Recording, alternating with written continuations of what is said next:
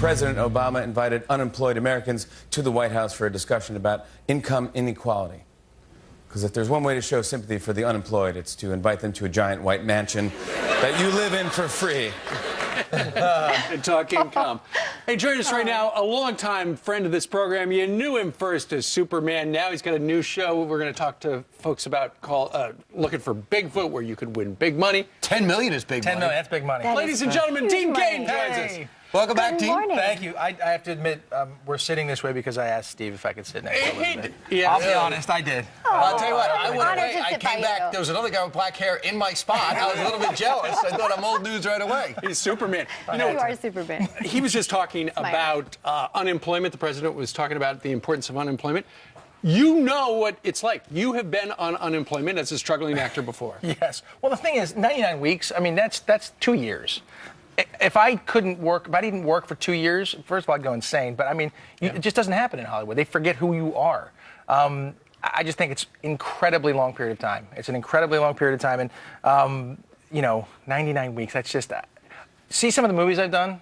Do you think I wanted to do all of those movies? I mean, I'll be honest. You sometimes have to go to work. You take a Maybe job. it's not the job you want, but you take the job. Sure. Dean, And in your that's- profession in particular, you do everything except what you want to do because you want to do what you want to do. For example, you'll take an extra, you'll waiter at night, you'll do things, you'll clean out different offices, whatever it takes to keep your dream going because you need money to live. But that's the way it should be for everybody. And I really think everybody should. I mean, I could find a job tomorrow if it wasn't, you know, if I wasn't an actor.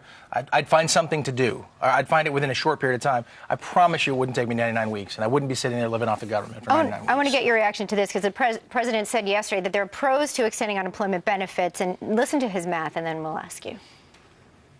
And this insurance helps keep food on the table while Dad is sending out resumes. It helps Mom pay the rent while she's learning new skills to earn that new job. It provides that extra bit of security so that losing your job doesn't mean that you have to lose your house or everything you've worked so hard to build for years. Well, saying that, you know, that there's a safety net, that's a great thing. I think when people need that, of course, you know, to have that insurance. But to say that it actually creates jobs, which is what he went on to say, seems peculiar. Well, I go back to the whole thing, you know, government doesn't create jobs. They just don't. That's not the government's business. They can create a climate where jobs can be created, but they don't create jobs. And every time I hear this will help create jobs, this will help create jobs, I go deaf. Sure. You know, how many times have we heard in the last year or two the Democrats say, well, you know, the economy has recovered. We're in the recovery. Actually, I think we're 55 months into the recovery. And then That's a long time. It is a long time. And then last year, the president said, you know, the private sector is doing fine. Well, if we're in a recovery, the private sector is doing fine. Why extend unemployment benefits? It doesn't make sense. There are some people who do need it. Agreed, but 26 weeks, that makes more sense to me. That's a safety net. It's not a free pass, and somebody's paying for that, and it's me, and it's you, and it's people who are out there working, and that's tough. All right, now let's talk about something else that you're you're in the middle of, being a parent. Now, you know that your son does things very well, and there's other things he doesn't do well. Do you know they've just done a study? Wait a minute, just things my son doesn't do well? I apologize for that. I'm just saying hypothetically. His son does everything well. Great, it's Superman. Are you crazy? I think we have. This might be a tough study for Dean to go through. But they say one of the worst things you could do for your kid is praise them for things that they don't do well, because it actually diminishes their self-esteem. Do you subscribe to this? Praisification. I'm going to take that guy and pop him in the nose. Listen, my son... I know the things he does well and things he doesn't, and I'm pretty honest with him, but I do encourage him. I mean, maybe I'm guilty of it, because I do like to praise my son, but I do tell him, you know, you're very good at this. This is someplace you need some work, and if you want to get better at this, you have to work at it. But, you know, I'm not going to tell him you're the greatest artist I've ever seen, because, you know, he might not be. Right. He's not Van Gogh in that sense. But I'm pretty real with my son. That's good. That's He's good 13 advice. now. He's a man. He's not even a child. Right, he's Can I ask basically you raising himself now. I mean, he can go out on his own. That's why I'm here. Right. He's up. He's driving himself to school. That's 13, no fantastic. What are the kind Hands of off. rules, though, in all seriousness, in terms of tech and Instagram and that? Where do you draw the line there? No Facebook for him. Okay. I know the password to Are you kidding? How do you do that? I will beat him. No, I'm kidding. I just know he doesn't. I worry about that because there's so much pressure with the kids and the things that are going on. He does Instagram. He can do. Right. I know the password to every single device he has, and the rule is if I go in to grab one of his devices and take a look at something, if I can't get in, it flies. It's gone. It's mine now. Snapchat? It's over. Can he have Great rule. Snapchat? Cannot have Snapchat. He can have Instagram, and he can text his friends, and I'll check the texts. He's like, what are you doing? I'm like, I'm reading your text. Do you have a problem with that? And he's That's like, great. No, go ahead, read it. Do you worry about him? A lot of kids now are not socially as adept because they text every time. They're not calling the house anymore. They're on different devices. You know what? He'll sit and play, games or talk to his friends on Skype and things, and it's just different. I remember I always talk on the phone with my friends, and my father would get mad at me. Get off the phone! What are you doing? Go see your friend. And nowadays, like my son can't go run out and play all day and then come in at dark. I don't Like you used to be able to do that. You can't do that, so it's more difficult for those guys. But when he wrote I want to go, I want to see you, and he used the letter U in a paper instead of Y-O-U, I was like, hey. Enough. You can text your friends, but let's write the words on your paper. Okay? Let's use all the letters you've been given, right? Yeah. All right, the reason you're here officially Is to see Elizabeth. is and right behind that, from her to Bigfoot. Yes, That's sir. right. Somebody could wind up with $10 million if they can find Bigfoot. First of all, it's a brand new show on Spike TV.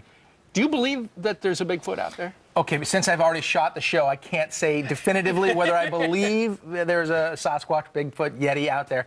But I will say this. I started off as a major skeptic. Right. And I'm much less skeptical now. Really? Than I was. Wow. We shot this thing in 4 different states. We were in places where we would drive for 5 hours. Like what states? Washington State, Oregon, Northern California, way Northern California. A lot of forest. And Michigan. So much forest that you can't see anything else. There's no cell reception. There's nothing. We were places where I don't think people have been either ever or in decades. This is a competition. Is it 2 research teams? Well, there are 9 teams of 2, and we have. It's very scientific. It's a reality show. It's a reality show. Why didn't you call her? She's great out in the wild. She was fantastic. She would have done well out there in the middle of all this. Let's watch a little, Dean. Oh. It's time for your first field test. Field tests are designed to prove to us that you have the essential skills needed to track down Bigfoot. Today, you'll need to show us that you can collect DNA from wild animals, because a DNA sample from Bigfoot could win you $10 million. $10 million. I love this show gets already. people who wins. I can't. Not me. I didn't win it, and that makes me angry. How exciting. So the thing about it is, we have 9 teams of 2. They go out and they look for.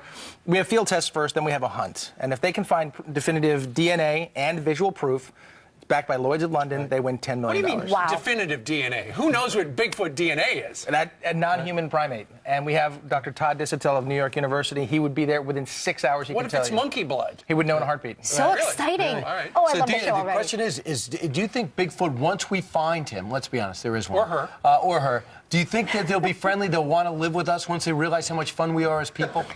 Probably not. I'm going to stay in the woods naked, where people never comment that you can see my butt. There'll be a big This is escape. Bigfoot. Okay. All right. So watch Dean's brand new show Fridays at 10 o'clock on Spike TV. It's quite entertaining. Please All right. do. Very nicely done. Congratulations. Would you like to? Thanks for that. Would you like to introduce the next person on our television show? Absolutely. Well, I see an extreme weather alert, right? Okay, so you couldn't even escape the cold down south.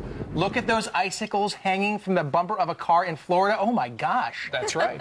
In Florida? It Don't act is. surprised. Act like you rehearsed this so you're not as surprised. No, I'm surprised. I don't rehearse anything. Maria Molina knows all about it. She's our super gal who's out on the streets of New York City. Yeah, you know what? That license plate is from Fort Walton Beach in Florida. That's in the Panhandle, Yeah. where some places were actually colder in parts of the Panhandle of Florida than in Alaska, specifically Pensacola. You were in the low 20s. It was a little bit warmer than that in Anchorage, Alaska. And by the way, Superman, he's from Kansas. You can't escape the cold in Kansas either. Take a look at some of those current wind chills out there. Kansas City, it currently feels like 16 degrees as you head out the door. In Atlanta, Georgia, it feels like 9 degrees. So even portions of Georgia, which earlier this week actually had some reported snowfall out there.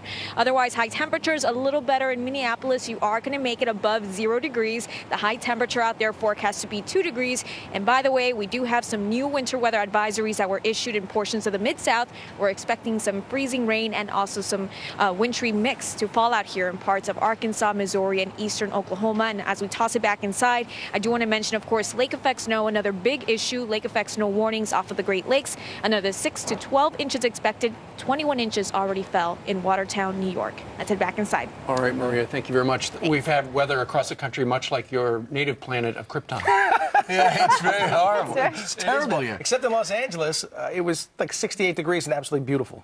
Right. I'm just saying. It escaped the cold. It escaped the cold. Thank you very much Thanks for for coming. having me. I We appreciate can't Safe afford the travels taxes. We're back. staying here. I can't either. You and Phil Mickelson. Thanks for being with us. All right, up